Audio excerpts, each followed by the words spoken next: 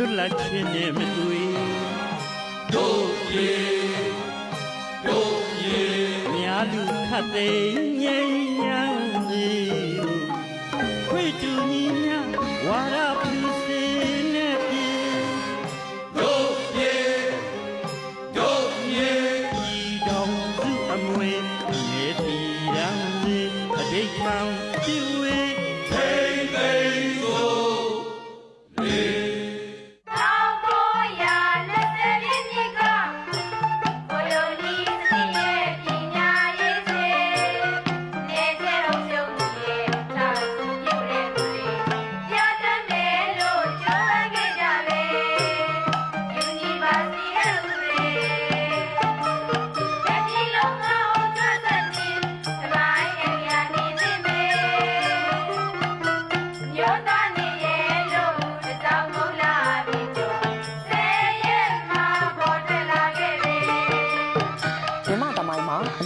ဆိုတဲ့ထုံးမြတ်တဲ့နေကြီးဟာမြန်မာရဲ့ညီညွတ်တဲ့တင့်တယ်လို့တဲ့စိတ်ဓာတ်ကအခြေပြုပြီးပေါက်ဖွာလာခဲ့တာဖြစ်ပါတယ်။အမျိုးသားနေလို့သတိရလိုက်တာနဲ့ရန်ကုန်တက္ကသိုလ်ပေါ်ပေါက်လာခြင်းအစဉ်အလာကြီးမားခဲ့တဲ့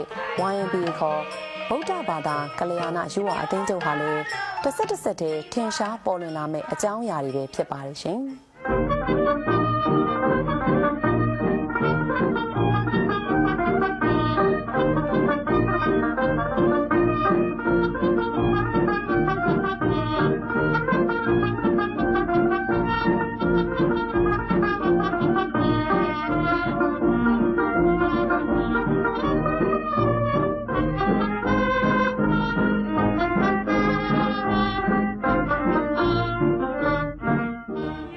စိတ်သက်ဆိုတာနိုင်ငံတနိုင်ငံရဲ့အတိုင်းအဝန်အတွင်းအတူတကွနေထိုင်သူတွေကြားတသားတည်းဖြစ်နေတဲ့စိတ်သက်လို့ဆိုနိုင်ပါတယ်။စိတ်သက်ဆိုတာဘယ်အရာနဲ့မှတိုင်းတာလို့မရသလိုဘယ်အရာနဲ့မှလည်းချိန်တွယ်လို့မရနိုင်တဲ့အင်အားကြီးမားတဲ့အရာတစ်ခုဖြစ်ပါတယ်။အဖိုးအဖွားမှအစားသားစဉ်မြင့်မြင့်အထိအစဉ်ဆက်တို့ရဲ့ရင်ထဲနှလုံးသားထဲမှာအမြင့်ဆွဲနေအောင်တည်ရှိနေနိုင်တာကတော့အမျိုးသားရေးစိတ်သက်ပဲဖြစ်ပါတယ်ရှင်။ပြည်သူများရှင်မြန်မာတိုင်းရင်းသားတွေဟာအမျိုးသားစိတ်ဓာတ်များမှင်းမိန်ငုံရှိုးခဲ့ရတဲ့ကာလတစ်ခုနဲ့ကြုံခဲ့ရပူပါတယ်။အဲ့ဒါကတော့နေချက်လက်အောက်မှာကိုလိုနီကျုံဘဝနဲ့အနောက်တိုင်းယဉ်ကျေးမှုကိုတွတ်သွင်းခြင်းခံရတဲ့ကာလဖြစ်ပါတယ်။မြန်မာပြည်သူတွေအနေနဲ့အချုပ်အခြာအာဏာဆုံးလွတ်လိုက်ရတဲ့နေ့တို့အမျိုးသားရေးအမွေနှစ်ကိုလည်းလက်လွတ်ဆုံးရှုံးခဲ့ရပြီးနေချက်အုပ်ချုပ်ရေးနဲ့အတူအမျိုးသားယဉ်ကျေးမှုအမျိုးသားပညာရေးနဲ့အမျိုးသားအတွေးခေါ်တို့မှာအမိနဲ့သားရေနှင်းငါပမာဖြစ်ခဲ့ရပါတယ်။မြို့သားကျူပန်ကြပါတို့ပမာမြို့သားကြီးကျူပန်ကြပါတို့ပမာဒီဝန်ထွက်ပြီးပမာပါတို့ခေကိုတော့ရောက်ရမည်မမလွဲပါတို့ပမာဒါပေမဲ့လည်း YNBA, GCBA အစရှိတဲ့အသင်းအဖွဲ့ရဲ့ကြိုးပမ်းလှုံ့ဆော်မှုတွေကြောင့်မြန်မာပြည်သူပြည်သားတွေဟာအမျိုးသားရေးစိတ်ဓာတ်များတစလှုပ်ရှားတောက်ဝင်စားပြလာပြီးမြန်မာတို့ရဲ့အမျိုးသားစိတ်ဓာတ်ကိုတမဟုတ်ချင်းနိုးထလာအောင်လှုံ့ဆော်လိုက်တဲ့အရေးတော်ပုံကြီးတစ်ခုထွက်ပေါ်လာခဲ့ပါတယ်။အဲ့ဒါကတော့1920ပြည့်နှစ်ပထမကျောင်းသားတပိတ်ကြီးပဲဖြစ်ပါတယ်။1920နှစ်နေချက်ပြည်တဲ့ပညာစနစ်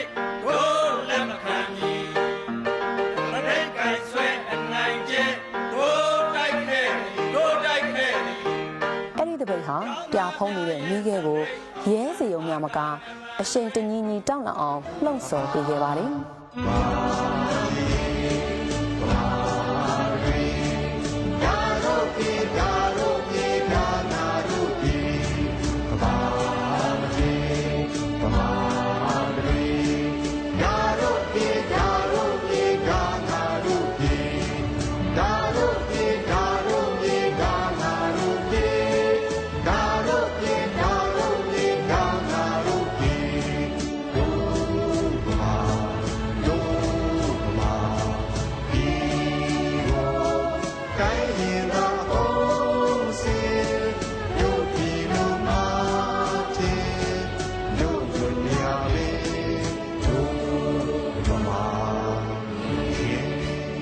မြန်မာနိုင်ငံမှာ1920ပြည့်နှစ်အထိခေတ်လိုက်အမြင့်ဆုံးပညာသင်ကြားရာမှာ University ခေါ်တက္ကသိုလ်ကျောင်းမရှိသေးပဲရန်ကုန်မြို့မှာအိန္ဒိယနိုင်ငံကာလကတ္တာ University ရဲ့လက်အောက်ခံကောလိပ်ကျောင်းခွဲများသာဖြစ်တဲ့ရန်ကုန်ကောလိပ်နဲ့ဂျက်ဆင်ယူဒတန်ကောလိပ်သာရှိခဲ့ပြီး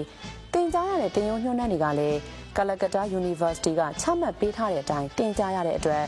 မြန်မာလူငယ်တွေအနေနဲ့အမဝင်ခွင့်မကျဖြစ်နေတာတွေကြောင့်တနိုင်ငံလုံးဆိုင်ရာဘာသာရေးပညာရေးစီးပွားရေးဆိုင်ရာကိစ္စရဲ့အပေါင်းစုံကို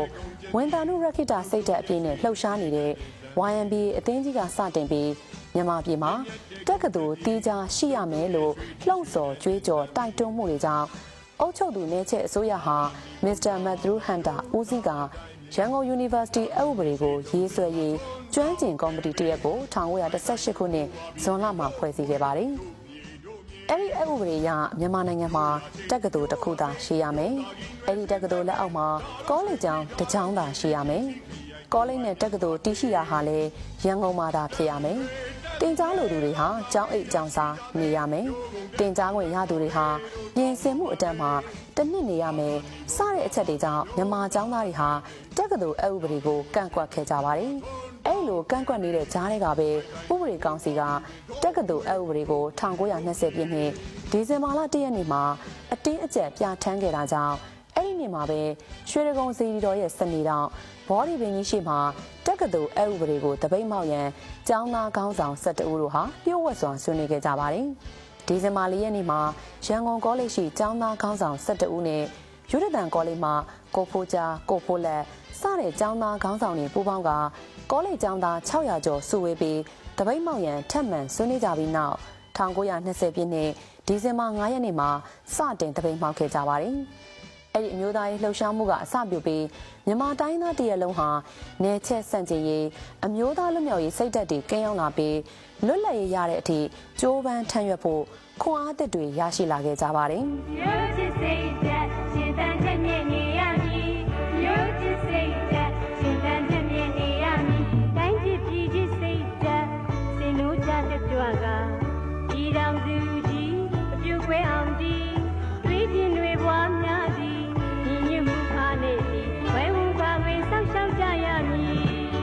ဒါကြောင့်မို့အမျိုးသားနေ့ကိုအစပြုခဲ့ကြသူတို့ရဲ့ကောင်းမှုကြောင့်သာ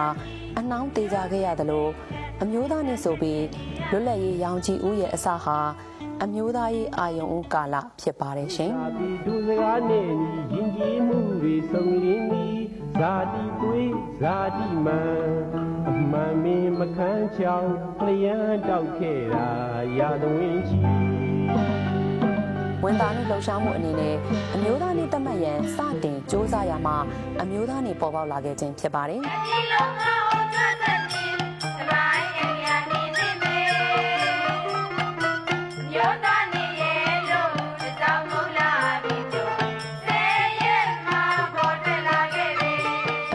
တော်လန်ရေးဖြစ်တဲ့အတွက်တပိတ်မောက်တဲ့အင်္ဂလိပ်ရက်ဖြစ်တဲ့ဒီဇင်ဘာလ9ရက်နေ့ကိုမတတ်မှတ်ပဲမြန်မာရက်ဖြစ်တဲ့တစောင်းမုန်းလပြည့်ကျော်10ရက်နေ့ကိုအမျိုးသားနေ့လို့သတ်မှတ်ခဲ့ကြပါတယ်။မြန်မာပညာရေးသမိုင်းမှာကပြေးတင်မဲ့အမျိုးသားပညာရေးလှုပ်ရှားမှုကြီးဟာ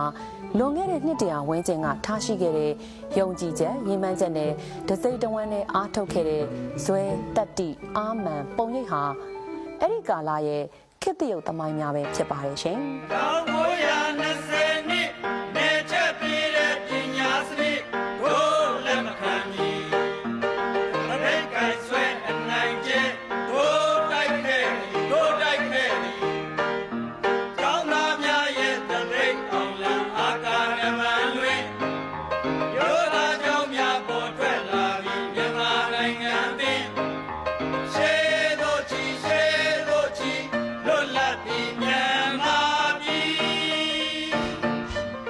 ကျောင်းသားတပိတ်မှစခဲ့တဲ့မြန်မာတို့ရဲ့အမျိုးသားရေးဇာတိမှန်မှာမြင့်တစ်ထက်မြင့်လာခဲ့ပြီးနောက်ဆုံးလွတ်လပ်ရေးပန်းနိုင်စီတို့အရောက်လှမ်းနိုင်တဲ့အထီးပင်ဖြစ်ပါတော့တယ်။အမျိုးသားနဲ့မင်္ဂလာကွန်ဆက်ကဗျာမှာဆရာကြီးမင်းသူဝင်ကအောင်ပွဲရေခမ်းနိုင်ငံနဲ့တာရေးမင်္ဂလာစီတော်ရွန်းချိန်မို့ခွန်းချိုဆက်တေးဟူ၍ရေးဖွဲ့ဂုဏ်ပြုခဲ့ပါတယ်။ပြည်သူများရှင်အမျိုးသားအကြောင်းတက်တွေဟာနိုင်ငံခြားမှာနိုင်ငံချစ်အမျိုးချစ်ပုဂ္ဂိုလ်များနဲ့အတူပြည်ရင်းတော်လှန်ရေးအဖွဲ့ခေါင်းဆောင်များနဲ့အဖွဲ့ဝင်များအဖြစ်၎င်း မြန်မာ